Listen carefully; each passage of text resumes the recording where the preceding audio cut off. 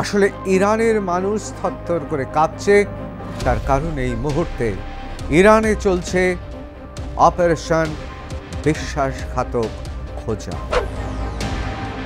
Israeli এজেন্সির কাছে খবর চলে গিয়েছিল, যে সময় বোম পড়ে সেখানে সব শীর্ষ কর্তারা রয়েছে, চূড়ান্ত নিরাপত্তার বেষ্টনী ছিল।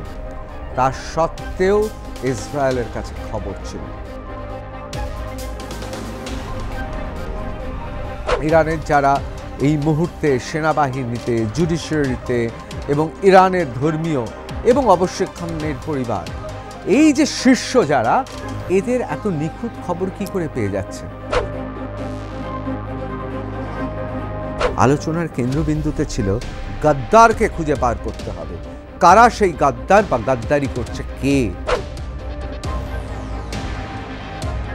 ইরানিয়ান সুপ্রিমোর আশেপাশে যারা সবচেয়ে শক্তিশালী তারা মৃত। এরা তিনজনেই কিন্তু থিঙ্ক ট্যাঙ্ক, মানে এরা কৌশল, কোন কৌশলে ইরান এগোবে সেই পথটাই দেখায়। এবং এরা এই মুহূর্তে বলা যেতে পারে এদেরকে হারানো ইরানের পক্ষে বিরাট মূল্য চোকাতে হবে। দিনের পর দিন, মাসের পর মাস, বছরের পর বছর তারা অপেক্ষা করছিল, তারা প্রস্তুতি নিচ্ছিল এই দিনটার জন্য।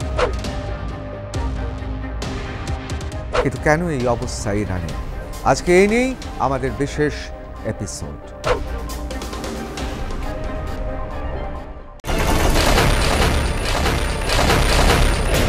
গোটা ইরান এখন থরথর করে কাঁপছে। না, ইসরায়েল বা মার্কিন যুক্তরাষ্ট্রের আক্রমণের ভয় নয়। আসলে ইরানের মানুষ থরথর করে কাঁপছে, তার কারণ এই মুহূর্তে ইরানে চলছে অপারেশন বিশ্বাসঘাতক খোঁজা। হ্যাঁ, তন্ন তন্ন করে খোঁজা হচ্ছে কারা কারা বেইমানি করেছে বা করে চলেছে ইরানের সঙ্গে। কিন্তু কেন এই অবস্থা ইরানের? আজকে এই নিয়েই আমাদের বিশেষ এপিসোড। আমি ঋতব্রত ভট্টাচার্য, শুরু করছি রণক্ষেত্র। আজকের রণক্ষেত্রে আমাদের বিষয় ইরান লঞ্চেস স্পাই হান্ট, অর্থাৎ ইরান এই মুহূর্তে খুঁজছে গুপ্তচরদের। সাংঘাতিক সব গুপ্তচরেরা রয়েছে ইরানে, এবং অনেকে মনে করছেন তারা রয়েছেন একদম শীর্ষ স্তরে। তার কারণ মুহূর্তের মধ্যে যাবতীয় খবর খুঁটিনাটি পৌঁছে যাচ্ছে শত্রু শিবিরে। ইতিমধ্যেই বিবিসি তার রিপোর্ট বেরিয়ে পড়েছে। চাঞ্চল্য সৃষ্টি হয়েছে গোটা বিশ্ব জুড়ে। Iran president was reportedly injured in Israel strikes. Iran's Fars news agency, close to the Revolutionary Guard, says that on 16 June, 6 bombs targeted both access and entry points of secret underground facilities in Tehran, where the president was attending an emergency meeting of the Supreme National Security Council. অর্থাৎ ইরানের president তিনি একটা গোপনীয় মিটিংয়ে ছিলেন শীর্ষকর্তাদের সঙ্গে, অর্থাৎ ইরানের শীর্ষকর্তাদের সঙ্গে, এবং সেটা আন্ডারগ্রাউন্ডে, মাটির নিচে, অত্যন্ত গোপন কক্ষে সে মিটিং হচ্ছিল। The president is said to have suffered leg injuries as he and others escaped through an emergency shaft. Iran is now reported to be following leads of infiltration by Israeli agents. দেখুন, Israeli এজেন্সির কাছে খবর চলে গিয়েছিল, যে সময় bomb পড়ে সেখানে সব শীর্ষ কর্তারা রয়েছে, চূড়ান্ত নিরাপত্তার বেষ্টনী ছিল। তা সত্ত্বেও ইসরায়েলের কাছে খবর ছিল, এবং সেই বোম পড়ার জন্য গোপন একটি কক্ষের যে দরজা ছিল, সেই দরজা এবং সুড়ঙ্গের মধ্যে দিয়ে তারা বেরিয়ে যায়। এ খবর কার? Iran state Fars news agency, close to the revolutionary guard, অর্থাৎ ইরানের রেভলিউশনারি গার্ড, তাদের ঘনিষ্ঠ সরকারি, মানে এটাকে সরকারি বলতে পারেন, তার কারণ সেখানে খেমনি ছাড়া আর কিছু চলে না। সেই নিউজ এজেন্সি এই খবরটা দিয়েছে, সেই খবরটাকে উদ্ধৃত করছে BBC. The first report has not been independently verified. Israel has not publicly commented on the report. তার মানে ইসরায়েল এই রিপোর্টটা নিয়ে কিন্তু কিছু বলেনি, কিন্তু এই রিপোর্টটা বিবিসি সহ পৃথিবীর সমস্ত সংবাদ মাধ্যম স্বীকৃতি দিয়েছে। তার কারণ Iran state Fars news agency তারা নির্ভরযোগ্য খবর ছাড়া দেবে না, অন্তত এ ধরনের খবর দেবে না। দেখুন, এটা যদি ইরানের প্রোপাগান্ডা হতো তাহলে আমরা ধরে নিতাম যে ফার্স্ট নিউজ ইরানের পক্ষে এই খবরটা দিয়েছে, কিন্তু এখানে তো ইরানের মাথা হেট হয়েছে গোটা বিশ্বের সামনে। সুতরাং এই খবরটার সত্যতা নিয়ে অনেকে বলছেন যে 100% সত্যি, তা নাহলে এই খবর অন্তত ফার্স্ট নিউজ দিত না। Israel official admitted that Ayatollah Khamenei was also the target, but that they had lost track on him when he was moved to a secure secret location, cut off to a great extent from outside world.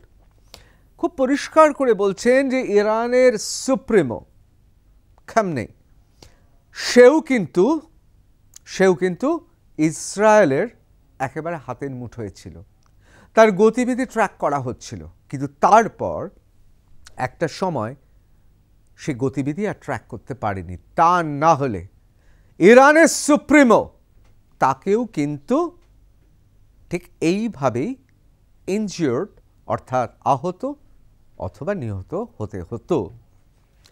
There are still many questions about how Israel had gathered critical intelligence about the whereabouts of Iran's top officials and commanders, not to mention the locations of sensitive secret facilities. এখানেই হচ্ছে রহস্য।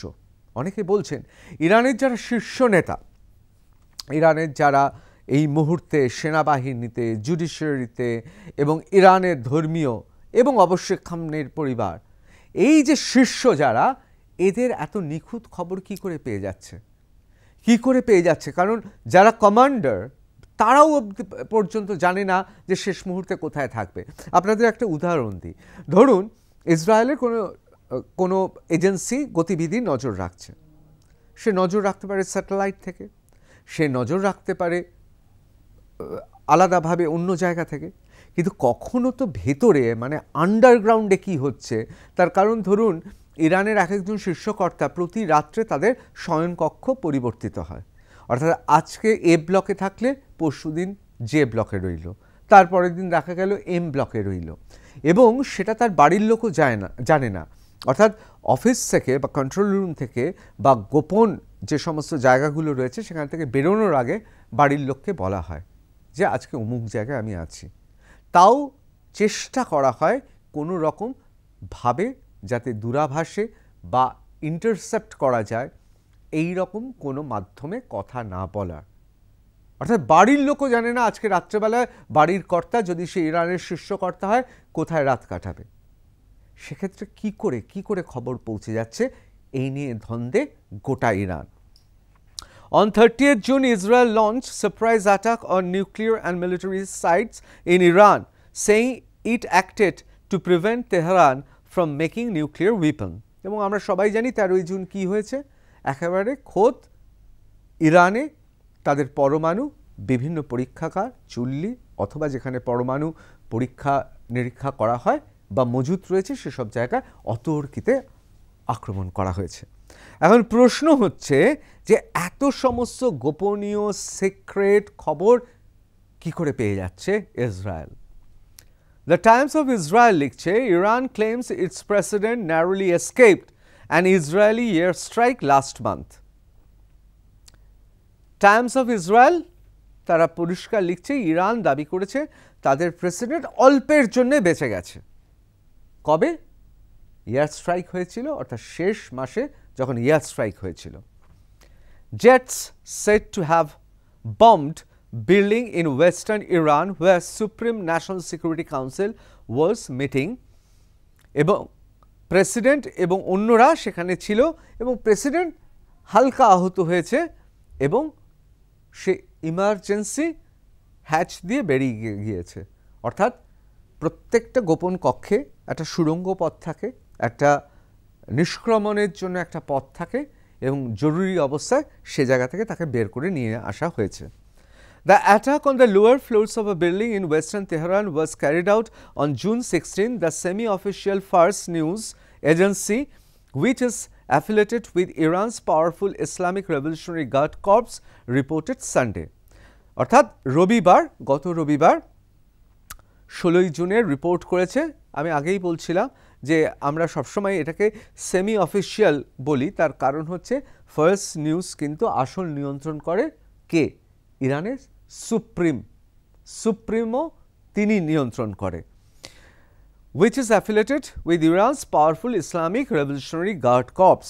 এবং আপনারা জেনে রাখবেন এই যে Islamic revolutionary guard corps অর্থাৎ আমরা জানি ইরানের সুপ্রিমোর তার নির্দেশ অনুযায়ী তারা কাজ করে এবং তাদের লোকজনকে নিয়োগ করা হয় এই নিউজ এজেন্সিতে। অর্থাৎ এটা আমাদের দেশের মতো নিউজ এজেন্সি নয়। ফার্স্ট নিউজ এজেন্সিতে কাজ করে মূলত ইরানের বিভিন্ন সময় যারা গুপ্তচর বিভাগে কাজ করেছে, এমনকি এতে যারা ক্যামেরাম্যান তারা সরাসরি এই ইসলামিক রেভলিউশনারি গার্ড কর্পস থেকে তাদের নিয়ে আসা হয়। এবং আপনারা জানেন যে এই এজেন্সিটা যুদ্ধের সময়, আপনি ইসরায়েলের ক্ষেত্রেও দেখবেন ইসরায়েলের যুদ্ধের খবর কিন্তু সরাসরি আইডিএফ থেকে দেওয়া হয়। অর্থাৎ দুটো দেশেই তাদের সংবাদ মাধ্যম এই যে তথ্যের যে যুদ্ধ হয় সে যুদ্ধ কিন্তু জারি রয়েছে। অর্থাৎ একদিকে যুদ্ধ তো সমর ক্ষেত্রে হচ্ছেই, যুদ্ধক্ষেত্রে হচ্ছে, অন্যদিকে যুদ্ধটা তথ্যের যুদ্ধ হচ্ছে। এক্ষেত্রে দ্য টাইমস অফ ইসরায়েল তারা অবশ্যই ইসরায়েলের পক্ষে, কিন্তু তারা উদ্ধৃতি করেছে একেবারে সরাসরি তাদের চরম শত্রু ফার্স্ট নিউজ এজেন্সির। অর্থাৎ এই খবরটা অনেকেই বলছেন, যে কথা আগেও বলেছি, যে খবরটা 100% খাঁটি। Iran's Parliament Speaker Mohammad Bagher Ghalibaf, Judiciary Chief Ghulam Hossein Mohseni Ejei, and other senior officials were at the meeting with Pezeshkian, the report said. অর্থাৎ পেজেশকিয়ান ইরানের প্রেসিডেন্ট, তার সঙ্গে ছিলেন কে? ইরানের পার্লামেন্টের স্পিকার এবং জুডিশিয়ারি চিফ গোলাম হোসেন মহসেনি এজেই এবং অন্যান্য সিনিয়র অফিসাররা ছিলেন। দেখুন ওখানে জুডিশিয়ারির মানুষ একজন, মানে জুডিশিয়ারির শীর্ষকর্তা এবং স্পিকার, এই দুজনে ছিলেন। কেন ছিলেন? অনেকে বলছেন সেই গোপন বৈঠকের আলোচনার বিভিন্ন সমর কৌশল, কিভাবে ইরান কি করবে, এসব আলোচনার পাশাপাশি আলোচনার কেন্দ্রবিন্দুতে ছিল গাদ্দারকে খুঁজে বার করতে হবে। কারা সেই গাদ্দার বা গাদ্দারি করছে কে? এবং তারা অত্যন্ত সন্দিহান যে তাদের মধ্যেই কেউ রয়েছে। ভাবতে পারেন, তার কারণ খুব শীর্ষ কোনো কর্তা ব্যক্তি ছাড়া এই খবরগুলো কারোর জানার কথা নয়। যখন গদ্দারদের নিয়ে আলোচনা হচ্ছে ঠিক সেই সময় আরও একবার আক্রমণের মুখোমুখি হলেন স্বয়ং প্রেসিডেন্ট এবং ইরানের পার্লামেন্টের অধ্যক্ষ অর্থাৎ স্পিকার এবং judiciary chief. 6 bombs or missile hit the access and the entry points of the building। অর্থাৎ সেই বিল্ডিংটার যেমন যেখান দিয়ে এন্ট্রি পয়েন্ট সেখানেও এবং যেখান দিয়ে বেরোনোর কথা সেখানেও। অর্থাৎ বুঝতেই পাচ্ছেন যে ঢোকার পথ এবং বেরোনোর পথ এই দুটো জায়গাতেই কিন্তু 6টা বোম এবং মিসাইল ব্যবহার করা হয়েছিল। Apparently in an attempt to prevent those inside from leaving and to prevent air from getting inside, the report said। বলা হচ্ছে যে ভেতরে যাতে দম বন্ধ হয়ে তাদের মৃত্যু ঘটে এবং এই মৃত্যুগুলো জন্যই প্রবেশপথ এবং নিষ্ক্রমণের পথ অর্থাৎ বেরিয়ে যাওয়ার পথ উভয় জায়গায় কিন্তু বম্বিং করা হয়েছে অথবা মিসাইল ছোড়া হয়েছে। এ খবর ইসরায়েলের খবরের কাগজে। The Times of Israel লিখছে, among the military leaders killed were Islamic Revolutionary Guard Corps Chief General Hossein Salami। আমরা জানি সালামির একেবারে শয়ন কক্ষে বেডরুমে ঢুকে কিভাবে ড্রোন দিয়ে মারা হয়েছে। the head of the Guards ballistic missile program, General Amir Ali Haji Zadeh, and Muhammad Bagheri, Major General of Iran's Revolutionary Guards and second in command of the armed forces after Iranian leader, অর্থাৎ Iranian সুপ্রিমোর আশেপাশে যারা সবচেয়ে শক্তিশালী তারা মৃত। Political leaders were spared from attacks. The Defense Minister Israel Katz asserted that regime change was not a goal of the war. অর্থাৎ এই যে সময়টা, এই সময়তে বিশেষ করে খুব পরিষ্কার করে বলা হচ্ছে ডিফেন্স মিনিস্টার তিনি বলছেন যে না, এটা রেজিম চেঞ্জের জন্য করছে না, আসলে আক্রমণটা ইরানকে। এটা কে বলছে? দ্য টাইমস অফ ইসরায়েল বলছে। দেখুন আমির আলী দেখুন তিনজন শীর্ষ, এরা হচ্ছে সামরিক বাহিনীর শীর্ষ, এরাই হচ্ছে থিঙ্ক ট্যাঙ্ক, এদের মৃত্যু ঘটেছে। আমরা জানি হুসাইন সালামির মৃত্যু ঘটেছে, আমরা জানি মোহাম্মদ বাঘারির মৃত্যু ঘটেছে, আমরা জানি আমির আলী হাজিজাদে তার মৃত্যু ঘটেছে। এবং এরা তিনজনেই কিন্তু থিঙ্ক ট্যাঙ্ক, মানে এরা কোন কৌশলে ইরান এগোবে সেই পথটাই দেখায়। এবং এরা এই মুহূর্তে বলা যেতে পারে এদেরকে হারানো ইরানের পক্ষে বিরাট মূল্য চোকাতে হবে। মানে আপনি ভাবুন যে একটা 11 জনের ক্রিকেট টিমের আপনার 3 জন সবচেয়ে বড় অলরাউন্ডার তাদের হারিয়ে ফেলেছে, যারা কৌশলগতভাবে যেমন তারা ঠিক করে কিভাবে লড়াইটা হবে রণাঙ্গনে, তার পাশাপাশি এরা অত্যন্ত বিশ্বস্ত ছিল ইরানের, অর্থাৎ দেশের বিশ্বস্ত সৈনিকেরা, এবং তার সঙ্গে সঙ্গে এদের অভিজ্ঞতা ছিল। শুধু পুঁথি পড়া বুদ্ধিতে তো আর যুদ্ধ হয় না, রণাঙ্গনে যারা নেতৃত্ব দেয় তাদের অভিজ্ঞতা, অর্থাৎ তিনজন এই রকম মানুষকে, এই রকম সামরিক বাহিনীর শীর্ষকর্তাকে হারিয়ে ইরান নিঃস্ব অনেকে মনে করেন। এবার চলে আসি how Israeli spice shot down Iranian missiles from inside Iran. India Today report, Israel had for years prepared for this day. Israel এই দিনটার জন্যই বছরের পর বছর অপেক্ষা করেছিল। Just as Israel's jets hit Iran's nuclear facilities on June 13, armed drone and precision weapons smuggled into the Islamic Republic by Mossad operatives crippled Tehran's ability to detect Israeli planes and shot down missiles aimed at them from within its border. ভাবুন, June মাসের 13 তারিখ এই দিনটাকে তারা বেছে নিয়েছিল। দিনের পর দিন, মাসের পর মাস, বছরের পর বছর তারা অপেক্ষা করছিল, তারা প্রস্তুতি নিচ্ছিল এই দিনটার জন্য। এই দিনটায় কি হয়েছে? তারা একেবারে আকাশ পথে আঘাত হেনেছে। আর ঠিক সেই সময় ইরানের ভেতরে কে বা কারা এমন অবস্থা সৃষ্টি করেছে যে ইরান জানতেই পারেনি। খুব স্পষ্ট লেখা আছে যে Mossad operatives crippled Tehran's ability to detect Israeli planes and shot down missiles aimed at them from within its border. অর্থাৎ ইরানের মধ্যেই বিশ্বাসঘাতক বা গদ্দার আছে যারা ইসরায়েলের মোসাদকে সাহায্য করেছে। এখন প্রশ্ন হচ্ছে কিভাবে এই ঘটনা ঘটেছে। ইন্ডিয়া টুডেস ওয়ার্ল্ড ডেস্ক লিখছে, in short, Mossad spies in Iran smuggled arm drones. অর্থাৎ মোসাদ স্পাইরা ইরানের মধ্যেই আর্মড ড্রোন লুকিয়ে রেখেছে। প্রিসিশন ওয়েপন্স ওভার ইয়ার্স, মানে বেশ কয়েক বছর ধরে ধীরে ধীরে যা শত্রুপক্ষের শিবিরেই, অর্থাৎ ইরানের মধ্যেই তারা অস্ত্র নিয়ে এসছে, সেই অস্ত্র লুকিয়ে রাখা হয়েছে এবং তারপর পরিকল্পনা মতো 13ই জুন আঘাত হানা হয়েছে। Israeli operatives sneaked in drone parts hidden in containers and suitcase. আসলে কি হয়েছে, যদি ইসরায়েল তার অস্ত্রশস্ত্র, তারা তো গোটা অস্ত্র নিয়ে যাচ্ছে না, ড্রোন নিয়ে যাচ্ছে না, পার্টগুলোকে খোলা হয়েছে, খুলে বিভিন্ন সুটকেস, বিভিন্ন লাগেজের মধ্যে ধীরে ধীরে ইরানের মধ্যে পাচার করা হয়েছে। তারপর সময় মতো সেগুলোকে একত্রিত করা হয়েছে এবং তারপর আঘাত হানা হয়েছে। ভাবুন, ভেবে দেখুন যে ইরানে অতন্দ্র প্রহরা আকাশপথের দিকে তাকিয়ে রয়েছে, অথচ ইরানের ভেতর থেকে এই আক্রমণের সঙ্গে আমরা স্পাইডার ওয়েব অর্থাৎ ইউক্রেন যেভাবে রুশকে আক্রমণ করেছে তার সঙ্গে মিল খুঁজে পাই।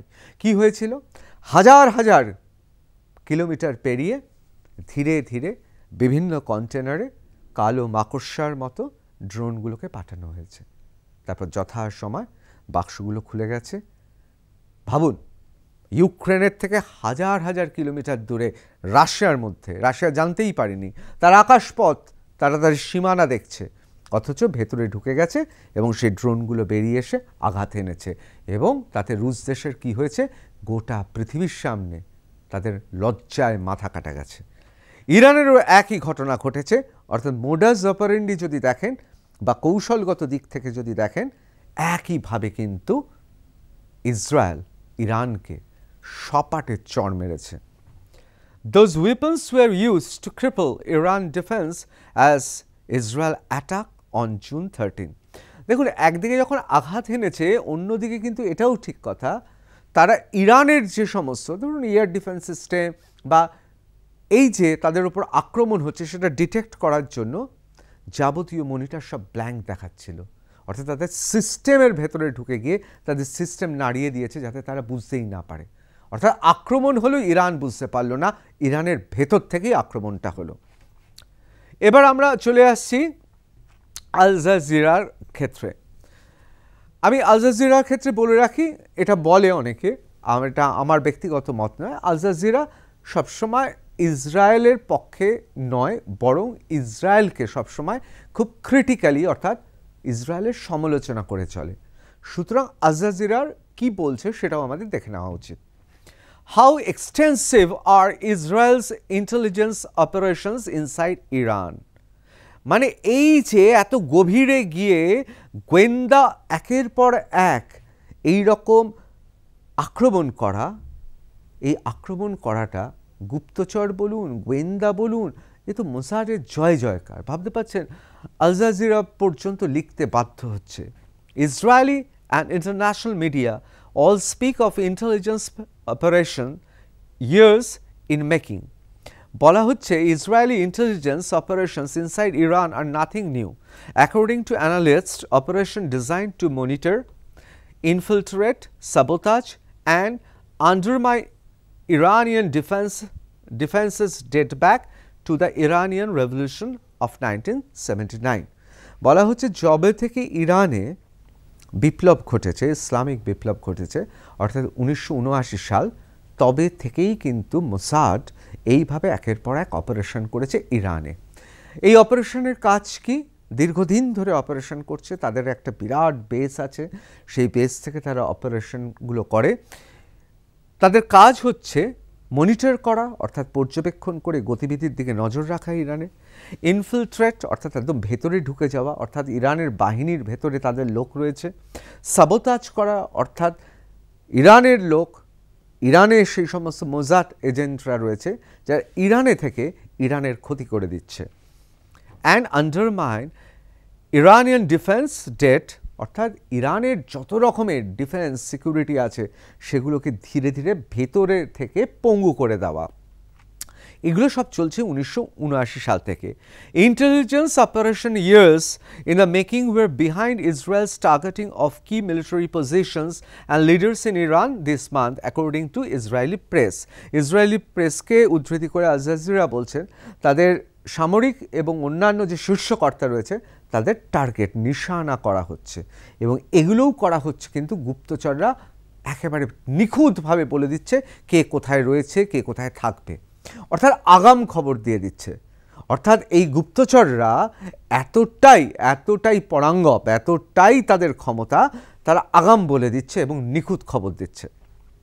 Just a few days ago, the Iranian government ordered senior officials and their security team not to use smartphones connected to the internet to avoid Israeli hacking of sensitive communication. দেখুন, এই মুহূর্তে ইরানের যারা শীর্ষে রয়েছে এবং সরকারি কর্মচারী এবং যারা বিভিন্ন বাহিনীতে রয়েছে তাদের কাছে নিষিদ্ধ হচ্ছে অ্যান্ড্রয়েড ফোন বা স্মার্টফোন বা অ্যাপেল ফোন ব্যবহার করা। কেন? তার কারণ মনে করা হচ্ছে যে সেগুলো খুব সহজে হ্যাক করে দিচ্ছে ইসরায়েলরা। আপনারা জানেন যে পেগাসাস নিয়ে আমাদের দেশে এত বিতর্ক। এই পেগাসাসটাও হচ্ছে একটা ইসরায়েলি একটা বলা যেতে পারে ওয়েপন বা হাতিয়ার, যাতে যে কোনো মুহূর্তে যে কোনো কারোর ফোন পুরোপুরি হ্যাক করা যায়। মানে আপনি কি বার্তা প্রেরণ করছেন, আপনার কথাবার্তা, আপনার গতিবিধি, আপনি কোন জায়গায় আছেন এবং আপনি কোন অভিমুখে যাচ্ছেন তা বার করে ফেলা যায় এবং স্ক্রিনে রাখা যায়। সেই জন্য সমস্ত কিছু বন্ধ করছে। দেখুন, আমি পেগাসাসের নাম বলছি তার মানে পেগাসাস ব্যবহৃত হচ্ছে তা নয়। অনেকে বলছে ইসরায়েল যদি পেগাসাস বিক্রি করে থাকে আজ থেকে 4 বছর আগে বা 5 বছর আগে, তাহলে সেটা ওখানে কিন্তু ব্যাকডেটেড। যেটা এই মুহূর্তে তাদের কাছে আছে সেটা কেউ ব্যবহার করতে পারবে না।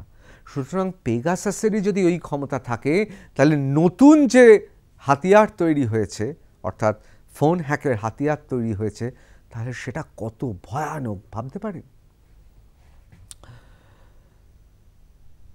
Iranian security services, meanwhile, are understood to have asked public to report any building they have rented or companies or individuals in the last couple of years.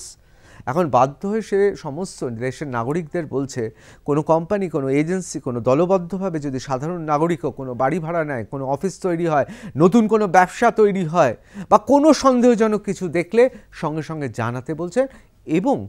এবং ইরানের গোয়েন্দারা বসে নেই, তারা মহল্লায় মহল্লায় তল্লাশি চালাচ্ছে এবং নাকাবন্দি করা হচ্ছে রাত্রেবেলায়, দিনের বেলায়, মানে কোনো রকম নোটিশ ছাড়া। যাকে মনে করছে তাকে ধরে নিয়ে গিয়ে জিজ্ঞাসাবাদ করছে। সুতরাং ভাবতে পারেন ইরান এই সময় থরথর করে কাঁপছে। আমি আবার বলছি, ইসরায়েল বা মার্কিন যুক্তরাষ্ট্রের আঘাতের জন্য নয়, ইরানের সাধারণ মানুষ তারা ভীত সন্ত্রস্ত, কারণ বিশ্বাসঘাতক চিহ্নিত হলেই সব শেষ। কিন্তু এই ভদ্রমহিলা কে? কি বিচিত্র ভাবতে পারেন। অনেকে বলছেন, অনেকে তুলনা করা শুরু করেছেন মাতাহারির সঙ্গে, অর্থাৎ মাতাহারি মানে সেই ক্লাসিক যুগের চিরন্তন মহিলা গুপ্তচর।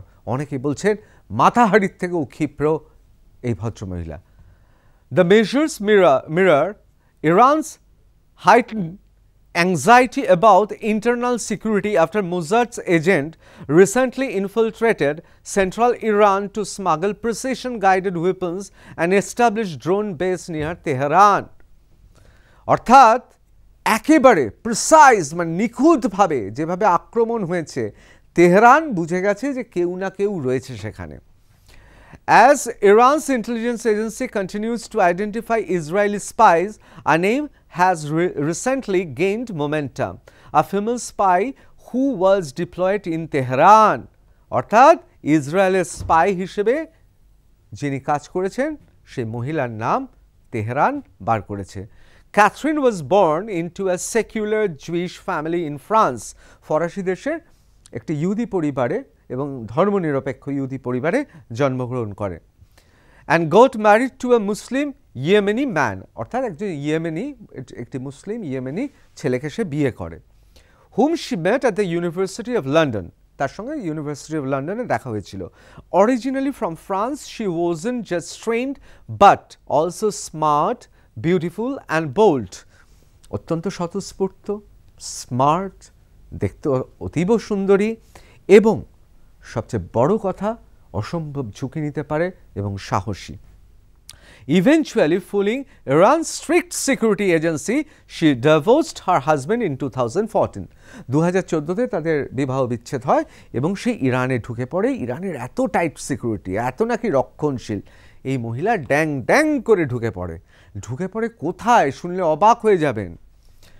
While working as a journalist for state-controlled Russian television station RT in 2017, Catherine started meeting senior Iranian leadership. দেখুন, RT আপনারা জানেন পৃথিবী বিখ্যাত রাশিয়ান নিউজ চ্যানেল, সেখানে সে কাজ করে 2017 এবং সেই ইরানের সঙ্গে আমরা জানি যে রুশদের খুব ভালো সম্পর্ক রয়েছে, সেই সূত্র ধরে সে ঢুকে পড়ে, অর্থাৎ রাশিয়া থেকে সে ইরানে ঢোকে এবং ইরানে ঢোকে ইরানের বিভিন্ন কর্তা ব্যক্তিদের ইন্টারভিউ নিতে শুরু করে, তার সঙ্গে একটা ব্যক্তিগত সম্পর্ক তৈরি হয়।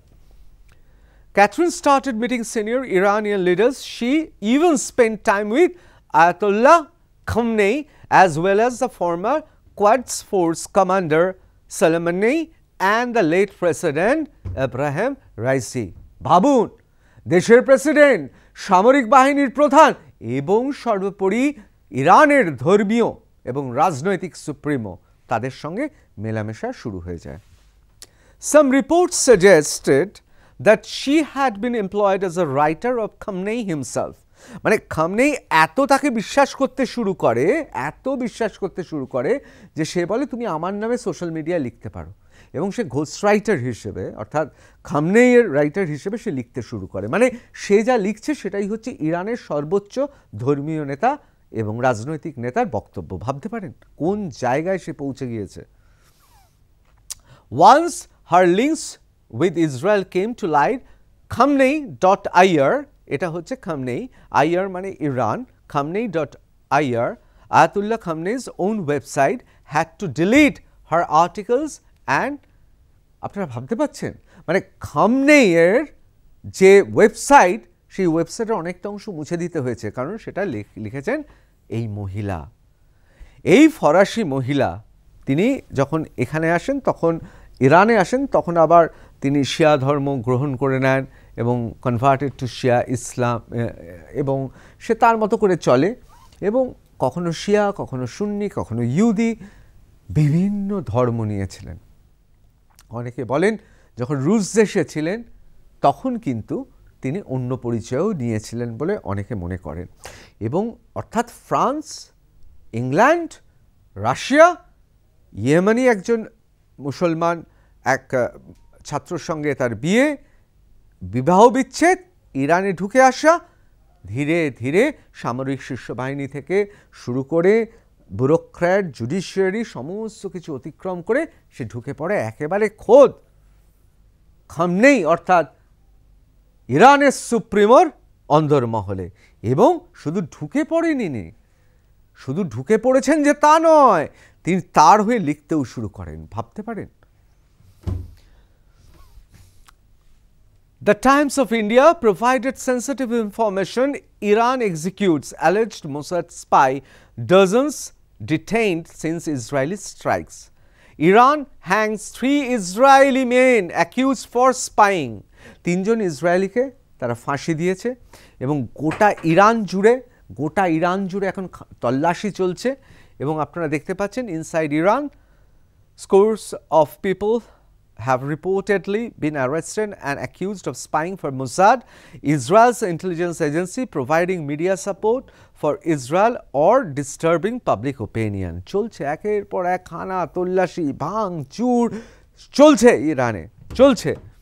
এখন প্রশ্ন হচ্ছে যে ইরানের থেকে মুক্তি পাবে কি করে? তার কারণ বাঘের ঘরেই তো ঘোগের বাসা ছিল।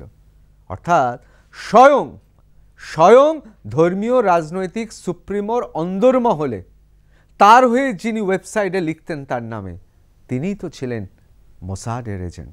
সুতরাং এই মুহূর্তে ইরানের আসল লড়াই হচ্ছে ইরানের নিজের সঙ্গে। একটা অবিশ্বাস, সংশয় এবং তার পাশাপাশি সন্দেহের বাতাবরণ সৃষ্টি হয়েছে ইরানের সাধারণ মানুষ ভয়ে আছে। জয় হিন্দ।